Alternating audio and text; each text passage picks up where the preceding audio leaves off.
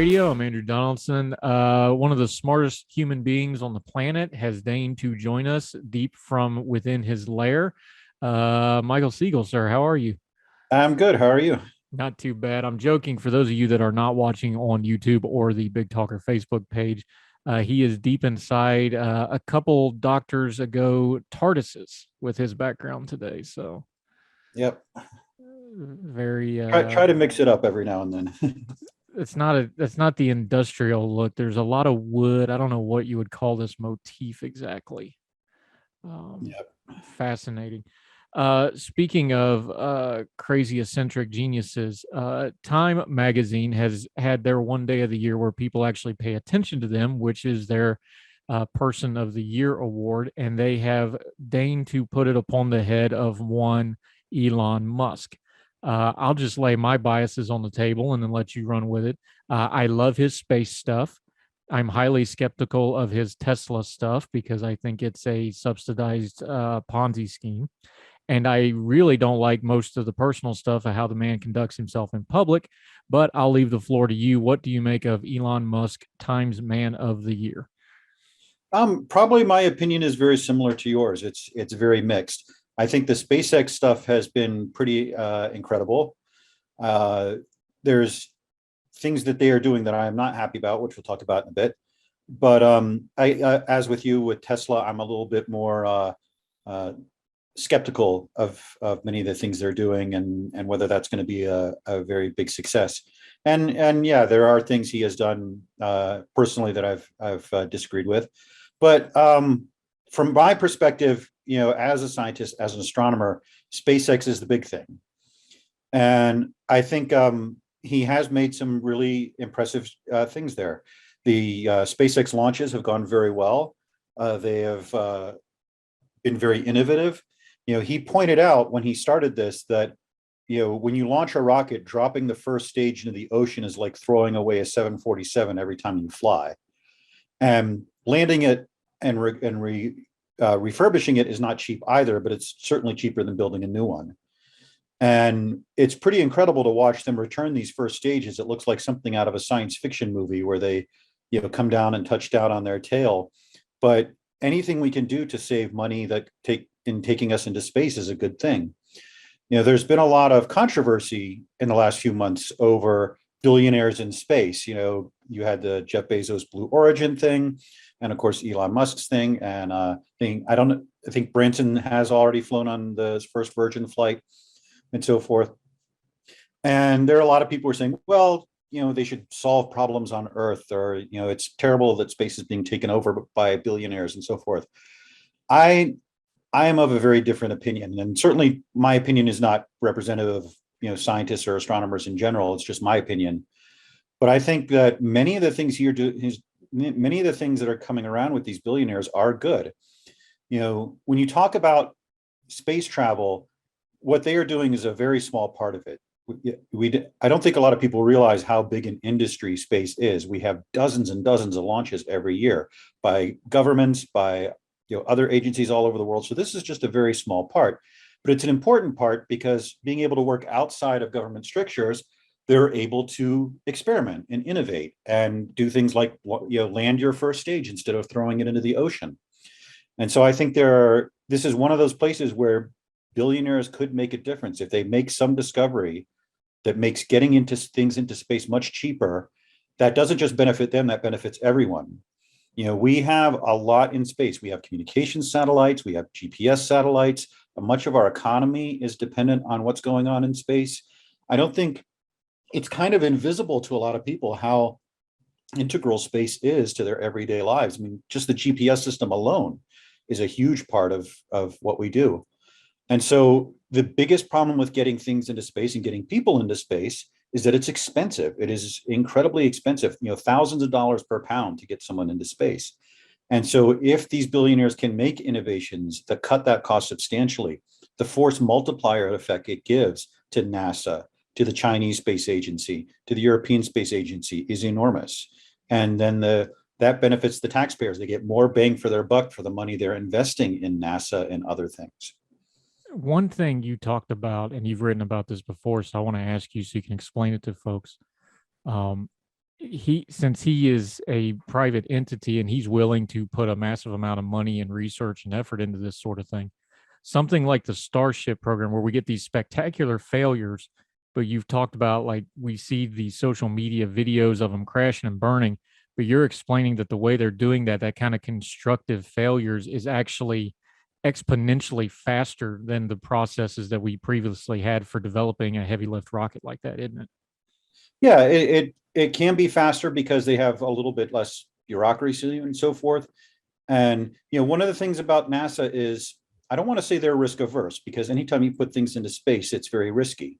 And you look at the boldness of the Mars missions we've been sending recently, where they have that incredible sky crane that lowers it down and all that stuff. I mean, that's very risky. But they do have a certain risk aversion. When I've been on proposals to do space missions, and you have to, very much certify everything's going to work in space. This is technology that we've tested before. There are other tests, there are smaller things that you can use to test new technology. And so, but with someone like Musk, he figures if he, blows $1 billion on a mission that fails, he's not going to have angry taxpayers calling his office and screaming at him. Maybe angry investors, but not angry taxpayers.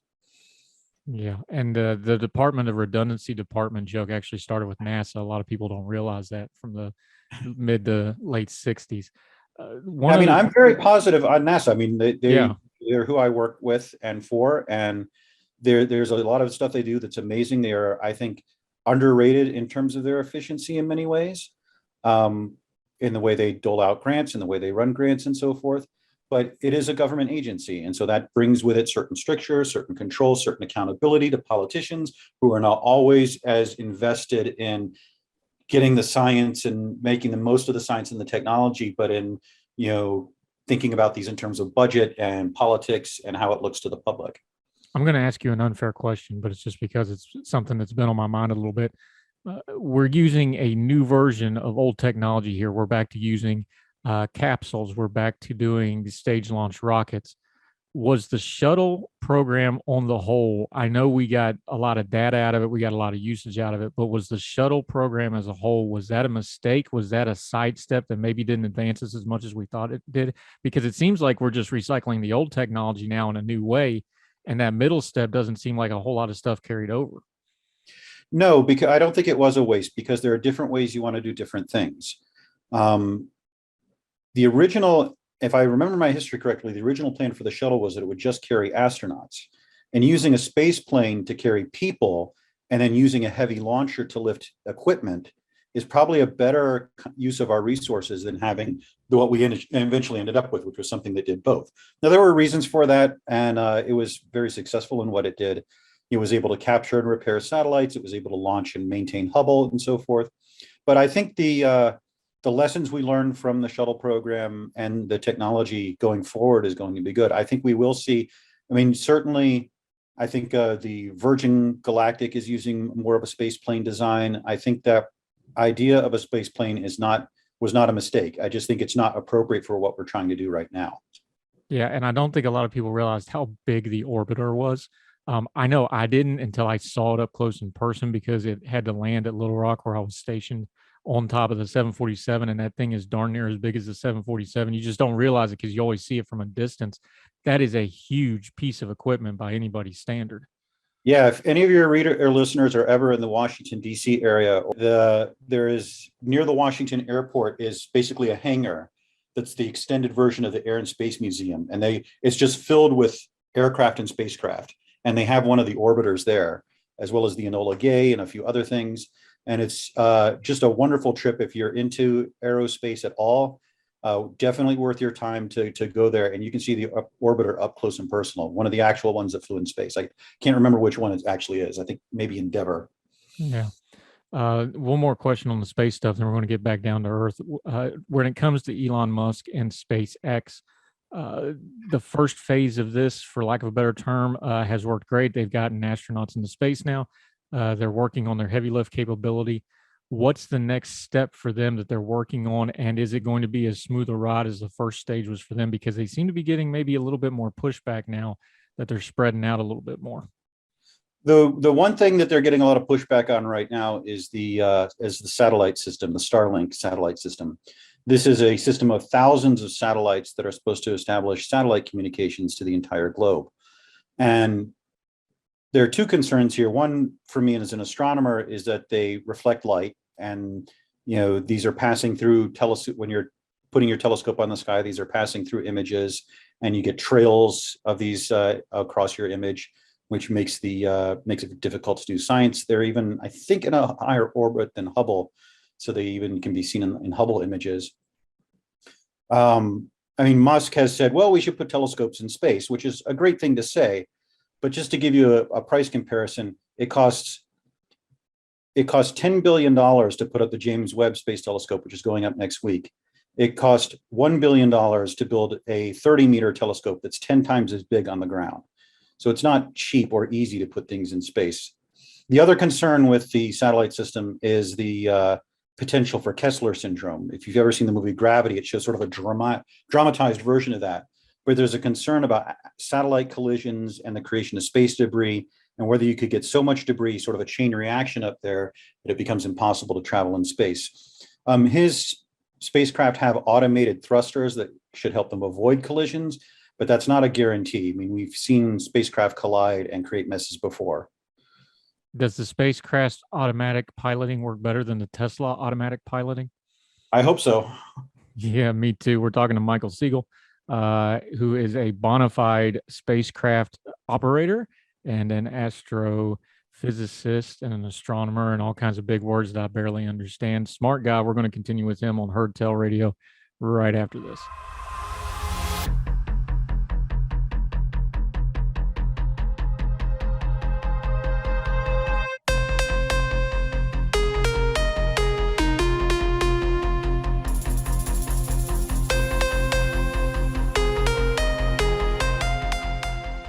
Back on Heard Tell Radio with our friend Michael Siegel. He's an Ordinary Times contributor. We've been talking a little bit about Elon Musk. To be fair to Time here, they do Person of the Year as in most impactful, not the best, not the nicest guy, whatever. We know infamously they've had everybody from a certain German dictator from back in the day and other folks. Does he strike you as that impactful in the last year? We know it's splashy. We know he gets a lot of press. We know he gets a lot of coverage. We know there's all this cool tech stuff. Is it impactful, though, from a scientific point of view as you're looking at it? I wouldn't say it is as impactful, certainly not as impactful as the people who've been working on coronavirus vaccines and medicines and so forth that have really gotten this pandemic not completely under control, but have made it blunted the edge of it at least. So I wouldn't say he's been that impactful, but I think that they probably did this more from a sociological edge that, billionaires have been in the news a lot lately. Even during the big COVID recession, billionaires' net wealth was increasing a lot, and there's been a lot of conversation about that. So I think it probably has more to do with their feel for the news cycle than in any technological impact. Because if you talk about technological impact, I think the development of the COVID vaccine dwarfs everything. Now, you have been doing yeoman's work at Ordinary Times for, I guess about 2 years now.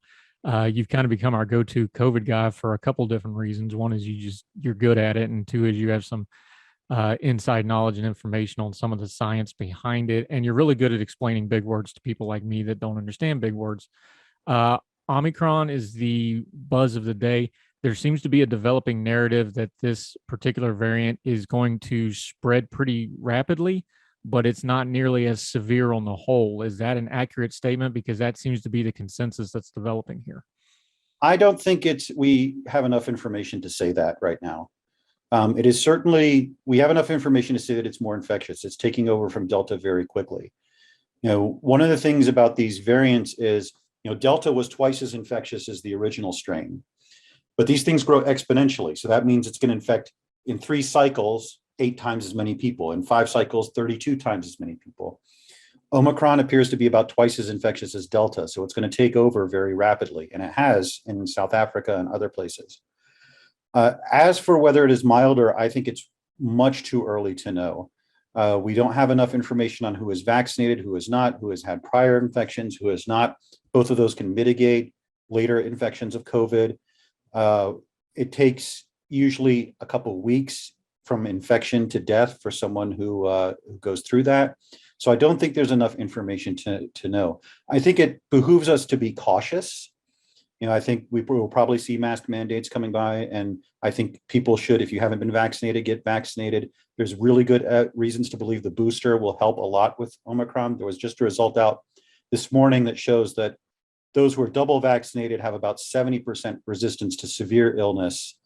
And because we know that the booster heightens immunity to even higher than the original vaccine did, there's good reasons to believe that will help with Omicron, that it's not completely evading immunity. But I don't think it's reason to panic yet. But I think there's reason to keep an eye on it and be cautious and listen to what health experts are saying. But I think it will probably be a few weeks before we know whether this is a milder version of the disease or not. Continuing to talk about COVID-19 for just a second, though, we do have a lot more data now than we've had, where the science is catching up to the narratives, if you will. What do you think, looking back now, is some of the things we need to learn here? Because you've talked about the vaccine being a moonshot type of achievement, that part of it. So we know the science has been fantastic.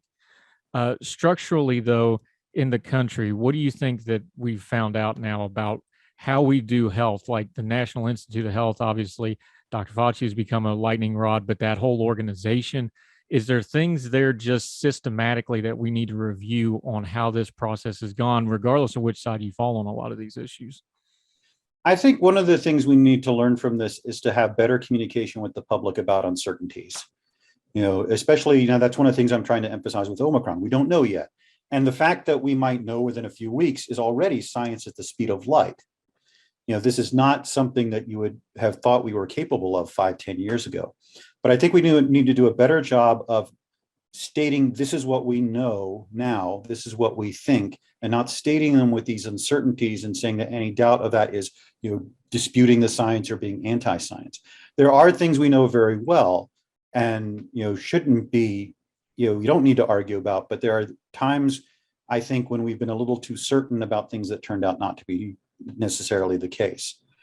I don't think I have the expertise to really speak on this from a public health perspective. I do think we've done an okay job from that perspective. This is a really big country, and with a lot of people with different views, and in a time of very high partisanship. And when this first broke out, people locked down. I don't want to say locked down, but they socially distanced, they stayed home, they worked from home, and so forth. When we came out with the vaccine, I think something like 80% of eligible adults have now had at least one shot of the vaccine, which is a tremendous response from the public to something that didn't exist a year ago. And so I think obviously it could have been better, but I don't think we've done as badly as it feels. I mean, you hate to say that when 800,000 people are dead, but I think it could have been a lot worse. And I think that the response of the public is the reason it wasn't a lot worse. Yeah, Michael Siegel joined us. Let me ask you one more question real quick. We've talked about this before, but how do you think we bridge the communication and the language gap between scientists, academia, government officials, and the common public? Because we're all on this social media sphere now where everybody's on a level playing field, but they're still talking as if they were in their in-groups in a lot of cases and not on a public forum where everybody's listening. I know there's no one-shot fix to any of that, but as a scientist, you teach at the college and university level. What's some of the things just practically we can maybe just language-wise to start talking at each other instead of past each other some on this thing? I think, again, emphasizing the uncertainties that, when we, especially with something like COVID, which just came upon us suddenly, many of the times these are our best guesses, and most of the time those guesses turn out to be correct. Sometimes they turn out to be wrong. But I think the public in general, I think, will accept scientists saying, this is our best guess, and not being talked down to as, and this is, as if we're handing down stone tablets with, what the deal is with COVID and what we need to do about it. And so I think that is, to me, is the biggest hurdle, to communicate that uncertainty, and to communicate that uncertainty and things changing is not a sign that science is failing. It's a sign that science is working. The wonderful thing about science, it has this corrective mechanism where you have to confirm people's results, and you keep exploring and keep asking those questions and make sure that everything's been done right. And when you make mistakes, you eventually figure it out and go back and say, okay, this is where we messed up. And I think that's not something to hide from the public. It's something to kind of celebrate with the public, that we have this way of exploring the universe that has this correction mechanism that can keep us from going down the wrong path for years and years and making mistake after mistake. So we do make mistakes, but I think the scientific method allows us to correct those better. And that's something that I think we can do a better job of communicating to the public, that, when you hear this result was wrong, or you hear disagreement with scientists, that's not science failing, that's science working. Yeah, science, it turns out, is a lot like a lot of other things with people. A little humility never hurt anything, right? Yep. Michael Siegel, scientist extraordinaire, hopefully with a TARDIS background, who will be doing more Doctor Who writing, like why you can't blow the moon up and make it have a baby, and these sorts of fun things that you can find on his writing at ordinary-times.com. Thank you, sir. I appreciate you. All right. Thank you for having me on again. Thank you, Mike.